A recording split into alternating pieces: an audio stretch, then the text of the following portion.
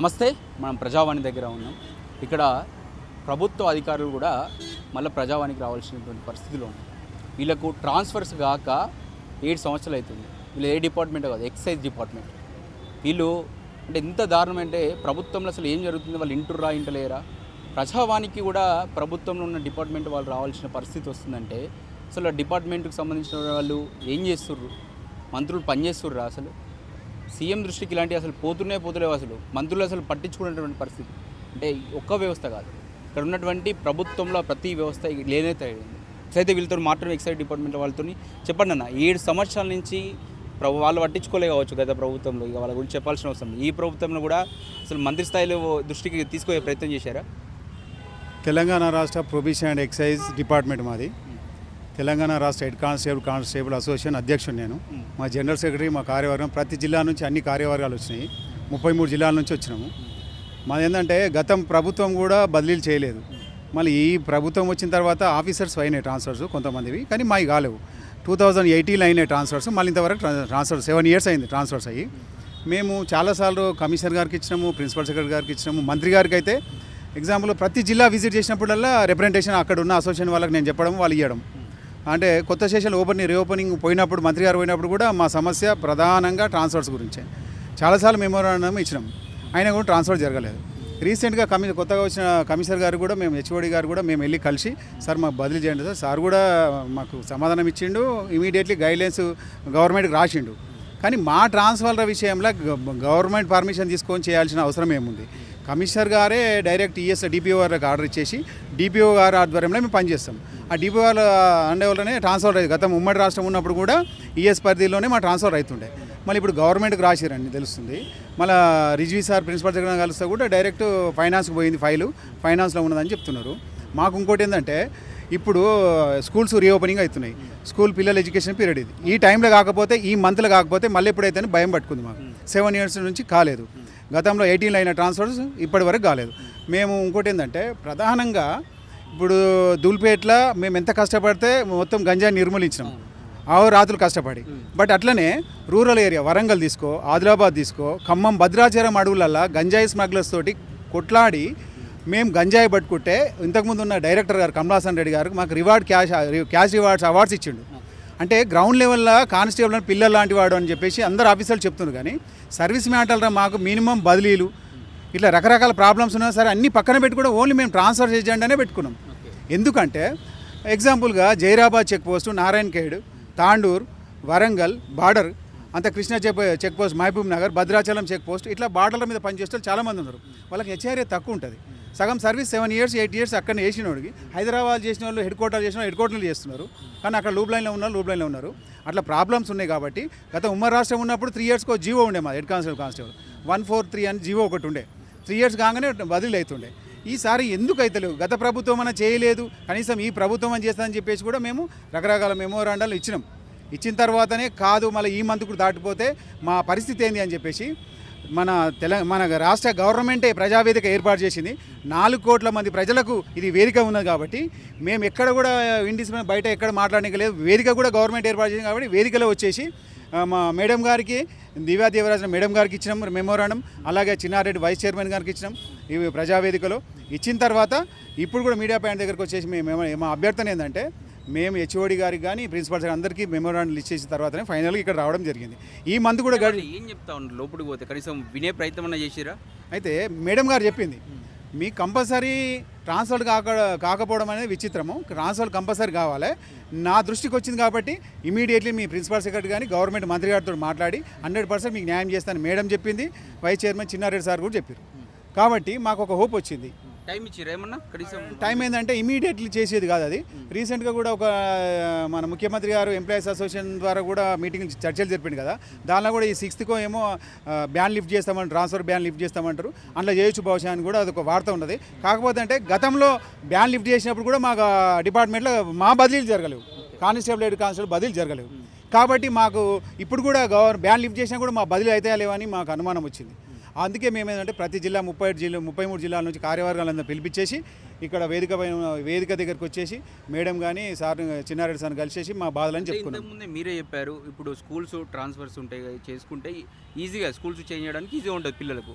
So వీళ్ళు ఎక్కువ time తీసుకొని మన 3 నెలలు 6 నెలల టైం ఇస్తే ఇబ్బంది కదా మీకు? చాలా ఇబ్బంది అవుతుంది మాకు, అదే కదా ఇంటెన్షను. మేము ఆ ఇబ్బంది అవుతుందని చెప్పేసి జూన్ కూడా వచ్చేసింది. ఈ 15 రోజుల తర్వాత ఇంకొక ముప్పు కూడా ఉంది మాకు. ఇప్పుడు government panchayat election, municipal election ఏదైనా వచ్చిందనుకో, మళ్ళీ నెక్స్ట్ ఇయర్ వరకు మాకు బదిలీలు కావు. ఆ ఎలక్షన్ కోడ్ వస్తుంది. ఆ కోడ్ వస్తే మళ్ళీ మేము చాలా ఇబ్బందులకు గురవుతాం. బట్ ఏంటంటే ఆ ప్రాబ్లమ్స్ ఇప్పుడు లూప్ లైన్లో ఉన్నారు, సిటీలో ఉన్నారు హ్యాపీగా. సగం సర్వీస్ పోతే చాలా ఇబ్బంది కదా. ఇంకోటి ఏంటంటే మేము 4th క్లాస్ ఎంప్లాయీ చిన్నవాళ్ళం, కానిస్టేబుల్ హెడ్ కానిస్టేబుల్ అంటే మా శాలరీస్ తక్కువ. ముందే గత గవర్నమెంట్లో 317 ఇచ్చి నానా రకాల ఇబ్బందులు పడుతున్నాం. మహబూబ్నగర్ నుంచి ఇప్పుడు హైదరాబాద్ వచ్చిన వాళ్ళు 30 years సర్వీస్ జిల్లాలో చేసిన వాళ్ళకి వాళ్ళకి 317 ఒకటి పెట్టి ఇక్కడ తీసుకొస్తే 4 చనిపోయారు. మీరు రిపోర్ట్ తీసుకోండి, మా డిపార్ట్మెంట్లో రీసెంట్గా మహబూబ్నగర్ నుంచి 4 చనిపోయారు. డిపార్ట్మెంట్లో మీ సమస్య వినేటోళ్ళే లేరంటారా? సమస్య మాకు మంత్రి గారు కమిషనర్ ఆఫీసు డైరీ ఆవిష్కరణ వచ్చినప్పుడు కూడా నా వాయిస్ వినిపించినాం. మరి జిల్లాలో విజిట్ చేసినప్పుడు కూడా మా అసోసియేషన్లో మెమోరాండాలు ఇచ్చినాం. ప్రతిసారి మంత్రి గారికి చెప్తున్నాము, హెచ్ఓడి కమిషనర్ మాకు పై అధికారులు మాకు ఎక్కడైతే ఛానల్ ఉందో మా శాఖది, ఆ శాఖ ఛానల్స్ అన్నీ మేము తిరిగినాం. కానీ ఎక్కడ కూడా ఇంతవరకు అవుతున్నాం. గవర్నమెంట్కి రాసిరని తెలిసింది. నేను కూడా గవర్నమెంట్ పర్సూ చేస్తే సో ఫైనాన్స్ డిపార్ట్మెంట్లో ఉన్నది ఫైల్ అంటే ఫైనాన్స్ డిపార్ట్మెంట్లో ఎప్పటి వరకు ఉంటుంది? అది finance, GID, deputy CM minister ఇవన్నీ తిరగాలంటే అది అవుతుందా పోతుంది అనుమానంతో ఇక్కడ రావాల్సి వచ్చింది. పైసలు అంటే దీన్ని మీ ట్రాన్స్ఫర్ చేయడం వల్ల మీ శాలరీ సీట్లో పెరిగే అవకాశం ఏమైనా ఉంటుందా? శాలరీస్కి ఫైనాన్స్ సంబంధించిన మ్యాటరే కాదు. మరి ఫైనాన్స్ డిపార్ట్మెంట్కి ఎందుకు పోయిందంటే అదే కదా మా ఉద్దేశం. అంటే గతంలో TA అదేదన్నా క్లెయిమ్ చేద్దరు, అదంతా ఏం అవసరం లేదు. ఇప్పుడు తెలంగాణ వచ్చిన తర్వాత చిన్నగా ఉంది రాష్ట్రము, ఎవరు కూడా అవన్నీ బిల్స్ గీట ఏం క్లెయిమ్ పెట్టిన అవసరం లేదు. మాకు ఫైనాన్స్ కానీ అక్కడ గవర్నమెంట్కి రాయడమే అవసరం లేదు. మాది అది CI నుంచి అప్ టు కమిషనర్ గవర్నమెంట్.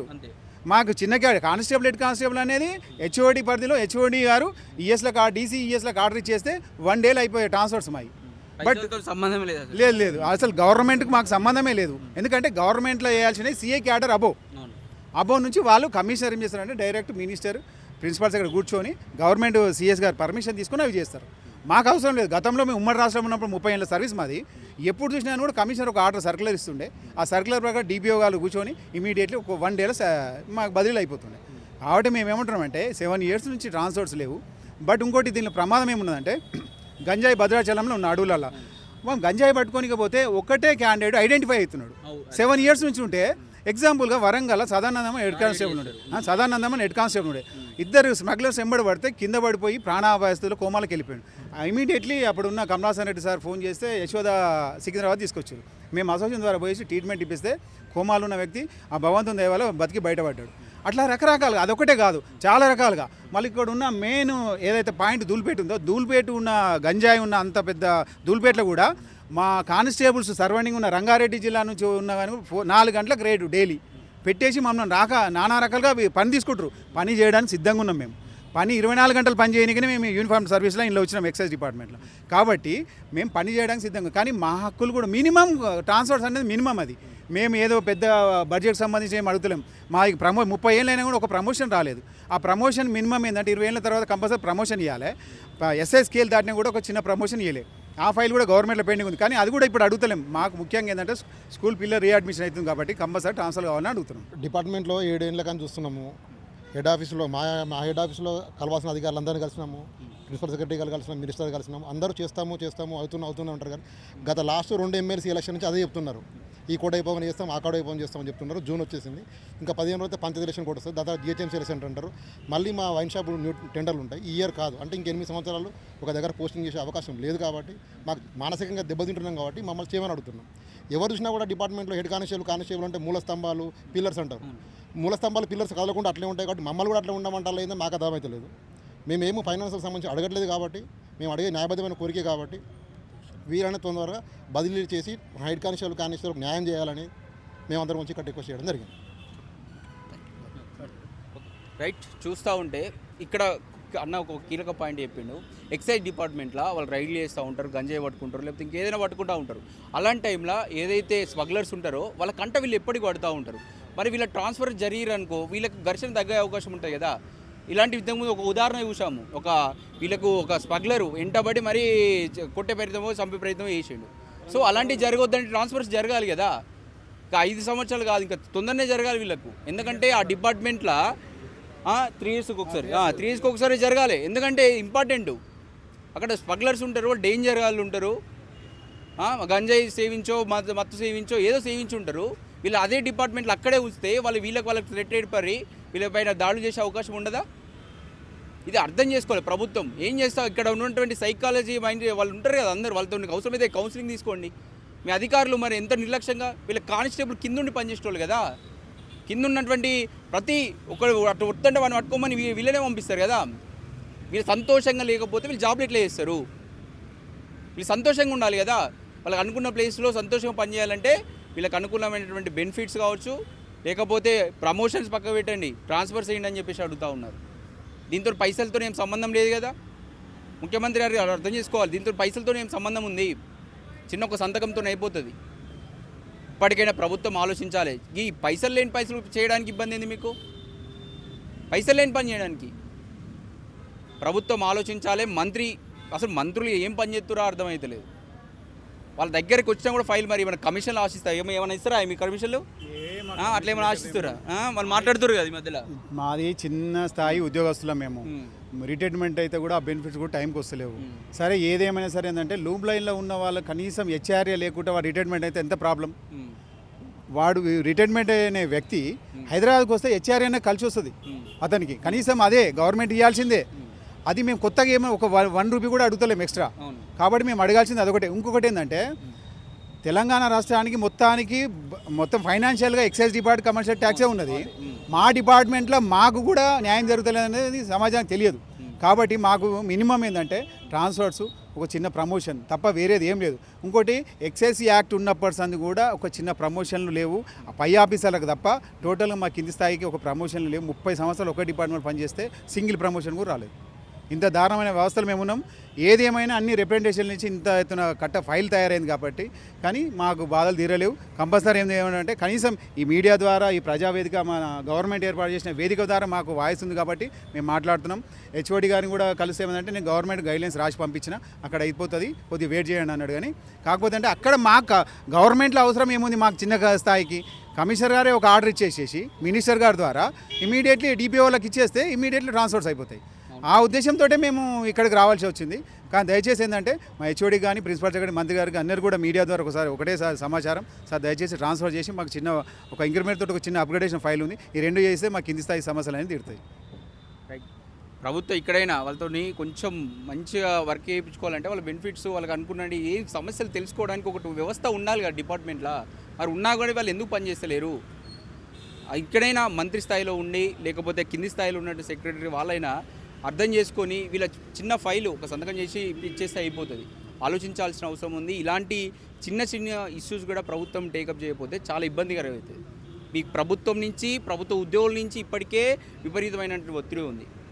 ఇక అన్ని డిపార్ట్మెంట్లు మీ మీద పడితే ఇక మీరు ప్రభుత్వం ఆగమయ్యే అవకాశం ఉంటుంది. ప్రభుత్వం ఇక్కడైనా ఆలోచించి ఇలాంటి ఫైనాన్షియల్ రిలేటెడ్ లేనటువంటి ఇష్యూస్ అన్న కనీసం మీరు పూర్తి చేయండి. కెమెరా వెంకటేష్తో అక్షిత్, హైదరాబాద్.